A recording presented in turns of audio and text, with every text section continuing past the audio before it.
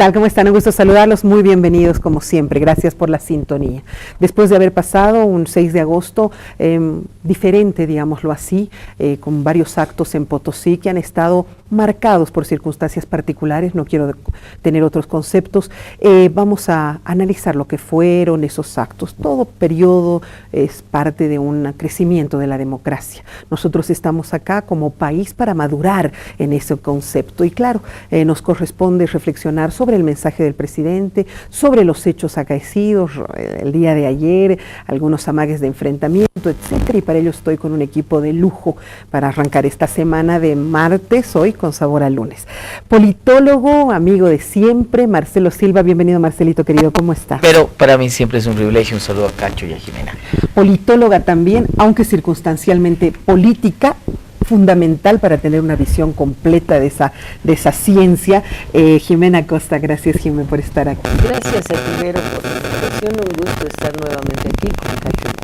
Y la mirada que siempre es importante, la de un comunicador social, que sin duda reflexiona los conceptos y los ve desde otra perspectiva. Gracias, Cachito querido. Edwin, además asambleísta eres tú, ¿no es cierto? Gracias por estar con nosotros. Muchísimas gracias, Vero. Un saludo enorme a Marcelo, a Jimena y a la audiencia. Bueno, a ver, ayer fue, si tuvieras que calificar con un concepto lo de ayer, ¿cómo lo calificarías? Incómodo. Incómodo, ¿por qué? A ver, si analizamos por un lado el discurso del presidente en el formato y en el contenido, no ha variado en absoluto de lo que nos ha estado presentando en los últimos años, ¿no? Nos ha dicho el país es maravilloso, es grande, tiene un crecimiento fantástico, nos vamos a convertir en una potencia en esto, vamos a hacer el otro, etcétera, etcétera, ¿no? Pero a ver, hay dos elementos que son diferenciales. No, espera, a ver, yo quiero hacer una consulta primero, y perdón que te interrumpa en pleno. Ayer yo he visto otro matiz, un matiz altamente espiritual.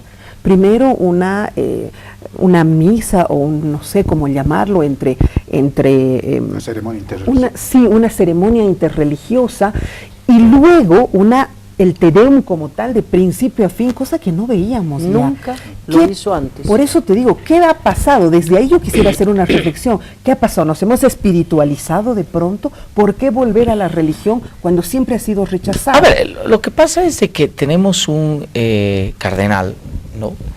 Que indudablemente es un cardenal que tiene, si tú quieres, un buen feeling, una muy buena vibra con el presidente Morales, okay, ¿no?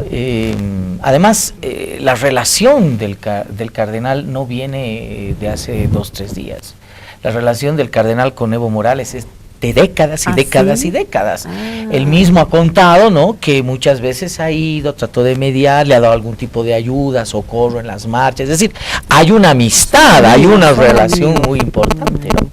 No te olvides que Potosí de entrada ya era un escenario difícil, muy conflictivo, porque los resultados tanto electorales, es el único lugar donde más pierde un senador de las hegemonías electorales que tenía. En La Paz tiene 4, en Oruro tiene 4, y en Potosí pierde 1, o sea, en Potosí tiene 3, ¿no? Entonces eso significa que hubo una especie de deflación, que fue aumentada luego con el tema de las marchas, las movilizaciones, pero etcétera. Este tema espiritual, ¿tú crees que es particularmente por la cercanía? Era fundamentalmente el hecho de tratar de atenuar, ¿no?, un ambiente hostil que se le presentaba, ¿no? Ok, importante.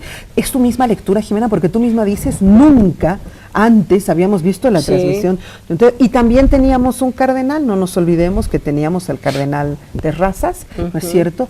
Pero ¿por qué de pronto este vuelco a la espiritualidad? Yo creo, Vero, que tiene que ver con una necesidad política, un cambio que se gesta con ayuda de otro amigo del presidente Evo Morales, que es el Papa Francisco. Correcto, yo creo que la designación del cardenal Ticona no viene de una selección en general, no es casual, natural, ¿no? Sino que ahí viene de un abracito de un papa peronista, y sabemos por supuesto de la alianza de Evo Morales con los peronistas kirchnerianos, ¿no? Entonces es la necesidad del presidente de devolver el favor, de tomar el control, de dividir, de descalificar a la única instancia que le hizo resistencia durante estos 12 años de gobierno, aunque no de manera directa resistencia, pero que no logró controlar. Controló Defensor del Pueblo, controló derechos humanos, y le faltaba controlar ¿La iglesia? el discurso de la iglesia. Entonces siempre trató de separar a los jerarcas como si fueran así la peste y de los curas de parroquia, digamos. Entonces, ¿qué ha hecho ahora? Con su amistad personal con el cardenal, tratar de mostrarle al país que él tiene ya una proximidad con la iglesia, y esto implica que sí ha tenido un logro, triste logro, que también genera, no te digo una división en la iglesia porque no es tan sencillo, pero sí unas contradicciones internas que no se las veía antes entre Conferencia Episcopal y el cardenal. Dejando el tema espiritual, si tuviera que calificar de una manera, Vero, yo creo que ha sido un baño de realidad muy duro para el oficialismo lo que se ha visto ayer en Potosí. Y solo termino diciendo que felices fiestas patrias, porque es ayer y ayer no lo he dicho. Y ayer, sí, no estabas ayer en Potosí, ¿no es cierto? No, pero no yo estoy en absoluto desacuerdo con el gasto tremendo que implican unos viajes en un país que tiene tremendas necesidades, cuando el tema de la inseguridad ciudadana o de la salud son realmente un problema. Trasladar 600 personas, pagarles pasajes, viáticos, etcétera, no me parece una urgencia, ¿no? Ok, importante eso. A ver, hemos tenido en la historia religiosa hombres como Tito Yupanqui, que fue el que la visualizó, la soñó a la mamita de Copacabana, pero nunca habíamos tenido un representante ante la iglesia que sea indígena. Creo que eso logró también, de alguna manera, Evo, por ese discurso fue que se acercó. Pero ayer había, lo que tú dices, muchas iglesias, ¿no? Bastante participación espiritual. Nunca escuché yo que el presidente Evo de la Paz sea con ustedes, dice, de la paz. ¿Hay otra lectura además de la que dicen nuestros politólogos? Bueno, las ceremonias interreligiosas ya son parte del protocolo de los 6 de agosto, ¿no? Ya. Igual el 22 o el 21 de enero, cuando se recuerda la entronización del Estado plurinacional, también hay ceremonias interreligiosas, ¿no? Pero así con un pastor que dé una charla, sí. Participa siempre la iglesia evangélica. El Yatiri. El Yatiri no sí lo he asistía visto. Toda esta el gama, ¿no? Yatiri. Ajá. Lo que sí es diferente es la presencia de la cabeza de la Iglesia Católica. Al lado del presidente. Que en otra hora no estuvo presente. Ajá. El cardenal Terrazas, además por sus problemas de salud que tenía, no podía subir a la altura, a los departamentos del occidente del país, no participaba. Tampoco participó cuando se realizó alguna sesión de la Asamblea Legislativa Plurinacional en Santa Cruz, en Trinidad sí. o en Cobija, que son lugares bajos, ¿no? Por esta pugna que había con la Iglesia Católica. Lo que dice Jimena y lo que dice Marcelo, de alguna manera completan lo que está en marcha, que es una estrategia política de reposicionamiento casi desesperado de parte del gobierno.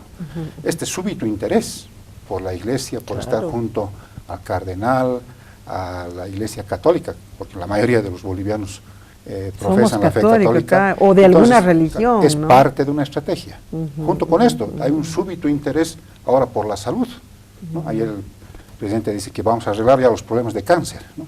Cuando en estos 12 años ni siquiera se han comprado los 10 aceleradores lineales que prometió la exministra de Salud. Uno aunque sea. Pero la exministra dijo 10. Cada capital de departamento va a tener su acelerador lineal. La señora se fue de su trabajo, dejó el ministerio y no hay los aceleradores. Entonces, súbito interés por la iglesia, súbito interés por la salud, descalificación de las plataformas ciudadanas, demolición de la imagen de Carlos Mesa como potencial contendor electoral. Estamos ante una estrategia que se está desplegando, pero que lastimosamente para el gobierno no está dando resultado. Si tú tuvieras que resaltar algo que haya sido realmente contundente en el mensaje presidencial, ¿a qué harías referencia? Es muy difícil porque se nota que el mensaje, y tenemos aquí un comunicador, tú también, tenía prevista una duración mucho más larga, por lo tanto, por lo menos se tenían que abordar 7 temas. pero de repente, por una decisión política, ese discurso, que podía haber estado entre 2 horas y media, 3 horas, que era lo que se calculaba, se tiene que reducir a 32 minutos. Y en 32 minutos has hablado de 7 temas, además de manera desordenada, muy rápida. Ha hablado del doble aguinaldo, ha hablado del mar, ha hablado de salud, ha hablado de contrabando, ha hablado de la corrupción, ha hablado de litio y ha hablado de las disculpas a Potosí en el tema de lo que había pasado y la inversión que se está haciendo en Potosí, etcétera, etcétera, ¿no? Entonces, claro, tú notas, además, con un contexto que ha sido complejo. El presidente ha hecho 4 pausas, con una notoria incomodidad. Porque no lo dejaban hablar. Porque no lo dejaban hablar. Sí, ha hecho 4 pausas, ¿no? Tratando de poder retomar el hilo conductor de lo que estaba hablando. Por eso te salta de temas. Te está hablando de salud, te dice de repente vamos a hacer un ejemplo en América Latina para la cura del cáncer, te habla de La Haya, ¿no? Y de repente te pide el tema de una negociación con Chile, te dice estamos preparados para la post-Haya, y te menciona un acuerdo que no existe, un pacto que no existe. El doble aguinaldo. El doble aguinaldo de repente, o sea, te ubicas. O sea, ese sí, es ha el habido gran tema. nerviosismo, sin duda. Ahora, evidentemente, sí hay una idea central, sí hay una idea fuerte, que creo que no la marca Evo Morales en el discurso, la marca fundamentalmente Álvaro García Linera en la introducción. Y es eso, la aparición de un nuevo enemigo al cual hay que temerle, si es que Evo Morales no es presidente. Hay que destruir. Hay que temerle primero, es la inestabilidad. Ajá. ¿Tú de quién está pensando? En las plataformas ciudadanas. No hizo mención a las plataformas ciudadanas de manera directa. Los antipatrias. Claro, les dijo, sí, evidentemente mostró pero el contenido del discurso era ¿no? Mire, a ver, podemos tener errores, lo que ustedes quieran, pero hay estabilidad, hay crecimiento, hay doble aguinaldo. Así dijo. Toda otra aventura es un salto al abismo. Textual, literal, un salto al abismo.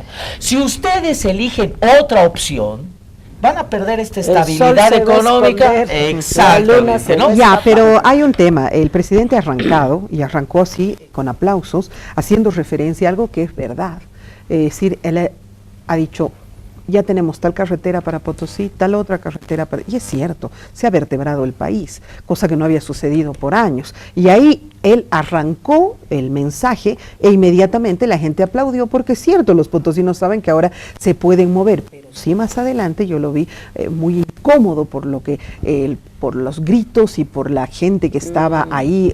¿Cómo lo lees tú, Jimena? ¿Sabes qué? Lo primero es que no es que estaban los potosinos aplaudiendo. No, pues no. Eran, correcto, dentro de los diversos cordones de seguridad a los que no dejaron pasar a los potosinos, estaban los diputados, los funcionarios públicos del Ejecutivo, del Legislativo, etcétera, que hacen de público frente al informe presidencial. Entonces, era la bancada del MAS la que lo aplaudía.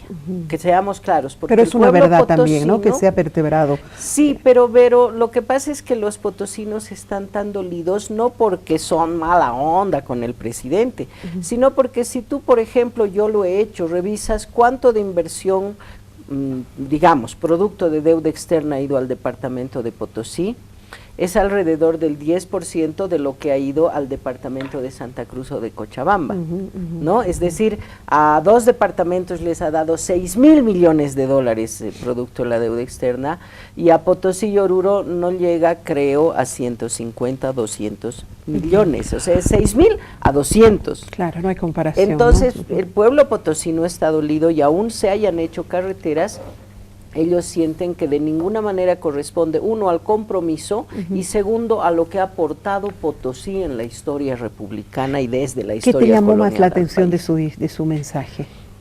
Lo que pasa es que más allá del mensaje, lo que más me llama la atención es el contexto.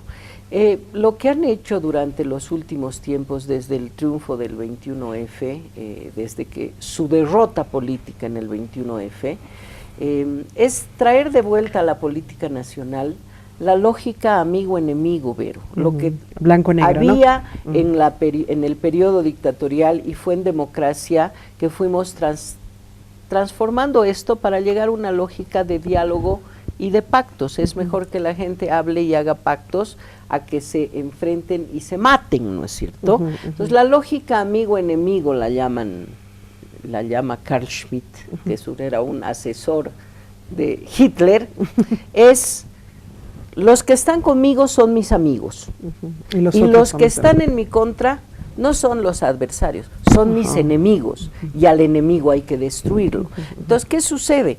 Que bajo esa lógica política nuevamente hay una polarización en el país, pero en este caso ya no es indígena, no indígena, izquierda, derecha, claro, sino la lógica es respetas la democracia o la pisoteas, ¿te das cuenta? Y en esa lógica lo que se ha visto en Potosí es que mucha gente se moviliza en términos de vamos a defender el voto y la democracia, y muchos de ellos, la mayoría, son potosinos, es decir, no es que han tenido que trasladar de Santa Cruz y demás, son los mismos potosinos, y el gobierno está tomando su propia medicina, porque lo que ha generado al final es una gran parte de la sociedad que los rechaza y encima hasta se mofa de ellos. Yo creo, por eso decía yo, es un baño de realidad muy duro para el MAS. Sin embargo, ayer ha sido tan catastrófico como se había esperado, la gente estaba preocupada, han llevado 1000 efectivos. ¿Cómo lo describirías tú todo el evento de ayer? En teoría de la comunicación hay una especie de axioma que señala que la forma es fondo, y a veces la forma es más fondo que el fondo. Que el fondo mismo. Ocurrió eso ayer. Sí, Marcelo, lo que dice es clave. En comunicación, el tiempo es precioso. Sí. Aquí tenemos una hora para discutir, pero en entrevistas cotidianas eso se achica a un minuto. 30 segundos. 32 segundos. Entonces, el presidente, que es un comunicador nato, es un buen comunicador, sabe que el tiempo en televisión es preciosísimo. Y desperdiciar ayer, acortando su discurso, mensaje a media hora. Con una cadena nacional. Claro, cuando tienes a todos los medios alineados por a ley. la señal del Canal 7, entonces, en forma, ha perdido. Porque él podía meterle una hora, hora y media, 2 horas, porque tiene solito él. Pero había gritos, tú has escuchado, ¿no? Entonces la forma es fondo, ¿no? O sea, la gente que le gritaba a Bolivia dijo no, de los parlamentarios opositores, hizo que Evo Morales sea derrotado ayer en uno de los escenarios de la batalla política de aquí en más, que son los medios de comunicación. Si no hubiese sido el Canal 7, si hubiera sido una transmisión independiente, se hubieran escuchado con mayor fidelidad los gritos que venían de atrás de la bancada opositora, o se hubiera mostrado mejor cuando Concipo ingresa venciendo los cercos policiales y se toma el palco oficial. Él no estuvo hasta el final, ¿no es cierto? Hubieran mostrado cómo él se retira de la Casa de la Moneda, del palco que se le montó ahí, porque la gente se le venía con el Bolivia, dijo no. Entonces, en forma, ayer Evo Morales, el gobierno ha sido tristemente derrotado. Y en forma, la gente, como dice Jimena, que tiene un nuevo sentido común. No es análisis político, es un nuevo sentimiento transversal de la gente. Como dice Jimena, es respeten la Constitución. Esto sí no les vamos a dejar pasar. Ya colmó el vaso de todo el intento de reelección indefinida. Y lo otro, que es muy esencial en términos de comunicación, también lo decía también Marcelo, este atropellamiento, esto de manejar tantos temas en tan poco tiempo, el hecho de que se haya llevado tanta gente para acercar la Plaza 10 de Noviembre, le está diciendo a la gente que el gobierno tiene susto, el gobierno ahora le teme a la gente, y la gente es mayoría, el conjunto del país es mayoría frente a lo que es el MAS, y el gobierno lamentablemente es ahora minoría política y minoría electoral. ¿Cuál sería tu calificativo? Marcelo decía incómodo, ¿tú qué dirías? Yo ayer vi a un presidente desencajado, enfadado, y al final casi menospreciado. Yo vi un presidente así, contra el Evo Morales de los anteriores años. A diferencia de Álvaro, ¿no es cierto? Miren, Álvaro chicos, es como que más duro, ¿no? Más... Miren, chicos, el 14 de agosto, la siguiente semana, Evo Morales va a batir el récord de los récords. Sí, Va a ser el 13 años. presidente que más tiempo ha gobernado el país en la historia de Bolivia. 12 años, 6 meses y 21 días. El próximo 14 de agosto va a superar la marca del doctor Víctor Paz Estenssoro. Caramba, yo con esa marca, ayer me hubiera puesto 2 horas y media, a decir esto es lo que tenemos que hacer, este es el camino. Pero si él va a batir una marca, y en realidad se achicó. Ayer... ¿Qué fue, mal asesoramiento? No, es que él sabe, está las percibiendo las cosas. No es para nada necio el presidente. No, claro. Es tremendamente... Es muy sensible, además es un hombre que siempre ha estado ahí desde abajo. ¿No es está cierto? sintiendo que ya no une, está sintiendo que divide. Y eso para él es tremendamente complicado. No sé si me va a alcanzar para una rondita final antes de ir a la segunda media hora y hablar un poco también de las plataformas, si es que han logrado su objetivo o no, pero para cerrar un poco, háblame del vicepresidente. ¿Fue más vehemente, más...? El vicepresidente siempre te marca las líneas discursivas coyunturales que se van a utilizar. Y ayer lo que Álvaro fue marcar nítidamente lo que va a hablar el resto de la gente del MAS en este tiempo, ¿no?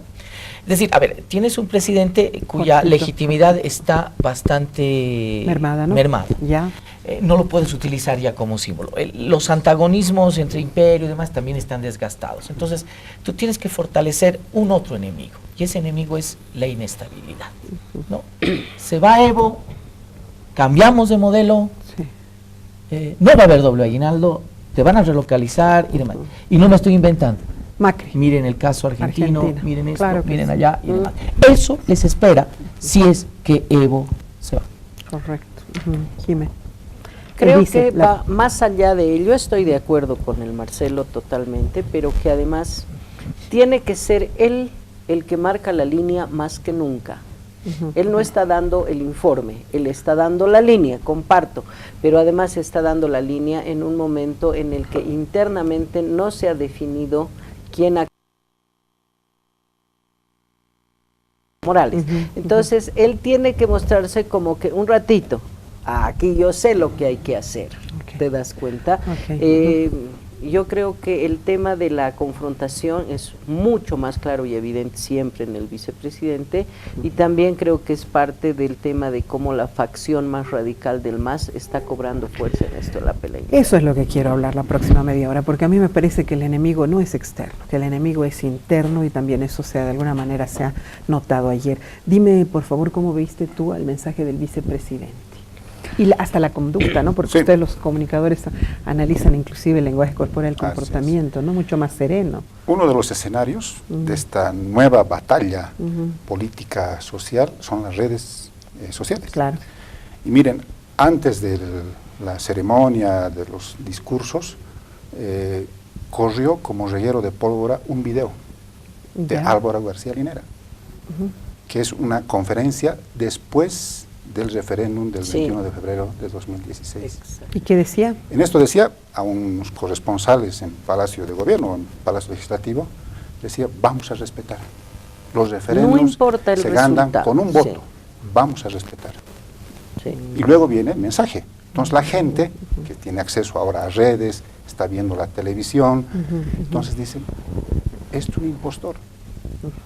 Porque está admitiendo una cosa que era lo lógico, y en el discurso de ayer está amenazando, como dice Marcelo. Entonces la gente, ¿qué saca de eso? Que no le cree. Ese es el gran problema. Interesante. Vamos a la próxima media hora a referirnos a lo que han sido en este periodo las plataformas que han tomado un protagonismo muy particular. Las hemos analizado acá en el programa, pero ahora nos toca ver su desempeño del día de ayer. Y por otra parte, ¿cuál es entonces la oposición para el presidente Evo Morales? ¿Cuáles son los principales problemas? ¿Los partidos políticos de oposición? ¿Las plataformas ciudadanas? ¿O el conflicto interno que se está presentando en el MAS? Ya regresamos.